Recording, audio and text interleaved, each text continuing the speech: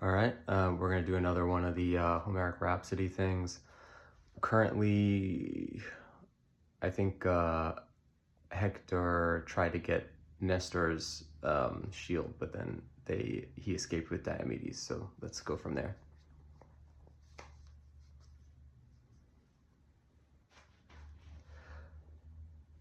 Thus did that son of Tydeus escape the field with Nestor, the Geranian horseman, together on their chariot. And so Aphrodite's son had been carried off by the great Lord Apollo, Lord of Light, to the city of Troy, leaving behind him a phantom in his place to lead those doughty Dardanians into combat, so that they would not flag for loss of their leader. And so was Aeneas, in a way, still on the battlefield. And Aphrodite, wounded by her encounter with the son of Tydeus, went and sought out Ares, who was currently raging by Hector, leading him forward, urging him forward into combat. Ares, who had then stepped aside with his immortal horses that were champing at the barley bits, confident that Hector would rage in his time and would not require any more assistance, saw that foam-born goddess approaching, and she said to him, "O war, I have been gravely injured. That son of Tydeus does not even respect the difference between men and gods any longer. He has taken a swipe at me. His spear has cut my immortal flesh. Thus, lend me your chariot. Let me go to the halls of Olympus. And you seek out Hector once again. See if you can take down that son of Tydeus if you encounter him once more." So did Ares, her immortal lover, grant her that chariot, and with his blessing she went up to the stars and up to that great seat on Olympus. Ares had bolted off to start rampaging through the battlefield, not joining Hector, but directly slaying men under the guise of some Trojan or other, taking down as many Achaeans as he could find with his resistless hands. And so, having deposited Nestor safely behind the Achaean lines, Diomedes took a breathing space, having been roughly treated in that combat. And he sat by his horses, taking a moment, until from the sky that gray-eyed goddess once again approached him, and she spake. "What is this? No son of Tydeus are you, if you take such a moment amid the great clamor and clash of arms that happens around you. Where is that courage that caused the son of Tydeus, despite my warnings, to go out and fight that entire city while I had told him to stay under guise and not call attention to himself? That reckless man could not heed my warnings, and even so went and challenged all the men of Thebes to that great athletic contest, beating them all. And thus did he on his way home have to contend with 50 men, and all 50 he slew.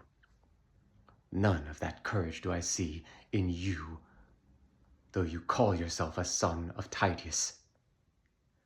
Diomedes spake to her, "Great goddess, I intend no disrespect to you, nor do I have any less strength than my father. Nay, I surpass him, and claim to be greater than he in all things. But you had told me specifically, if I were to see any other immortal other than that foam-born Aphrodite, I was not to engage with them. And yea, Hector himself, I could see, was accompanied by that great warlord Ares in his leather armor, lashing at the horses of his immortal car. I would not take him on, not for anything, not without your blessing.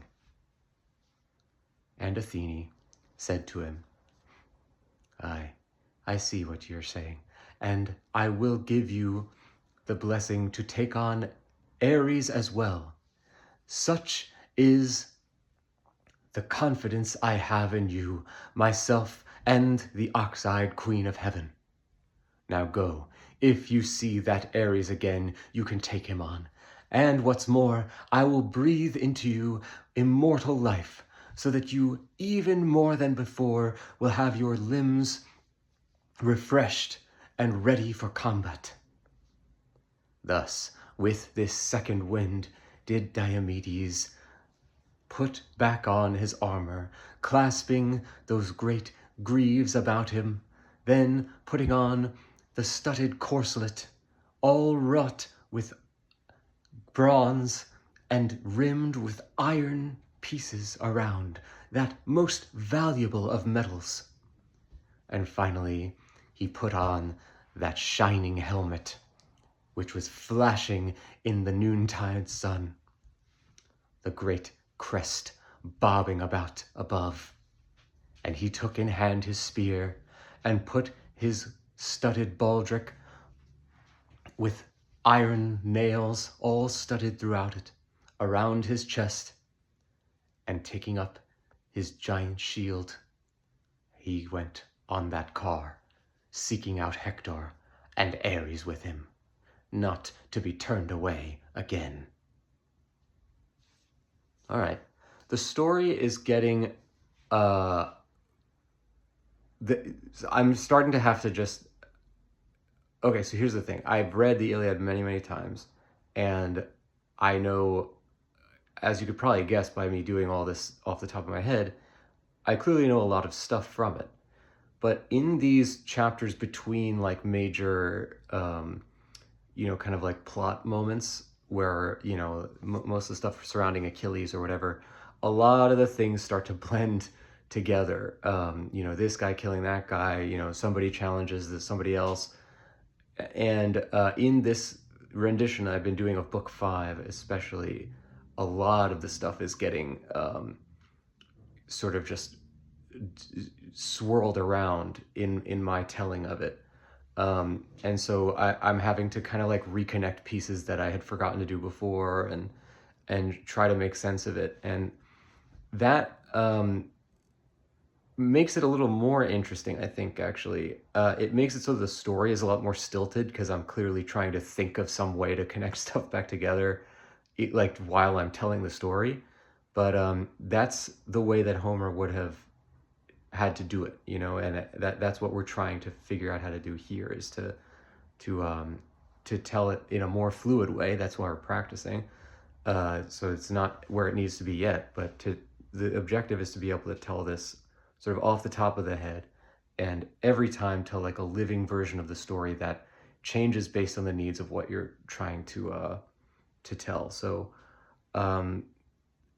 not the smoothest of these, but I'm at least starting to embrace the idea of like, I'm not going to tell the same thing. Like, well, it might shift around the events, but still have the same outcome.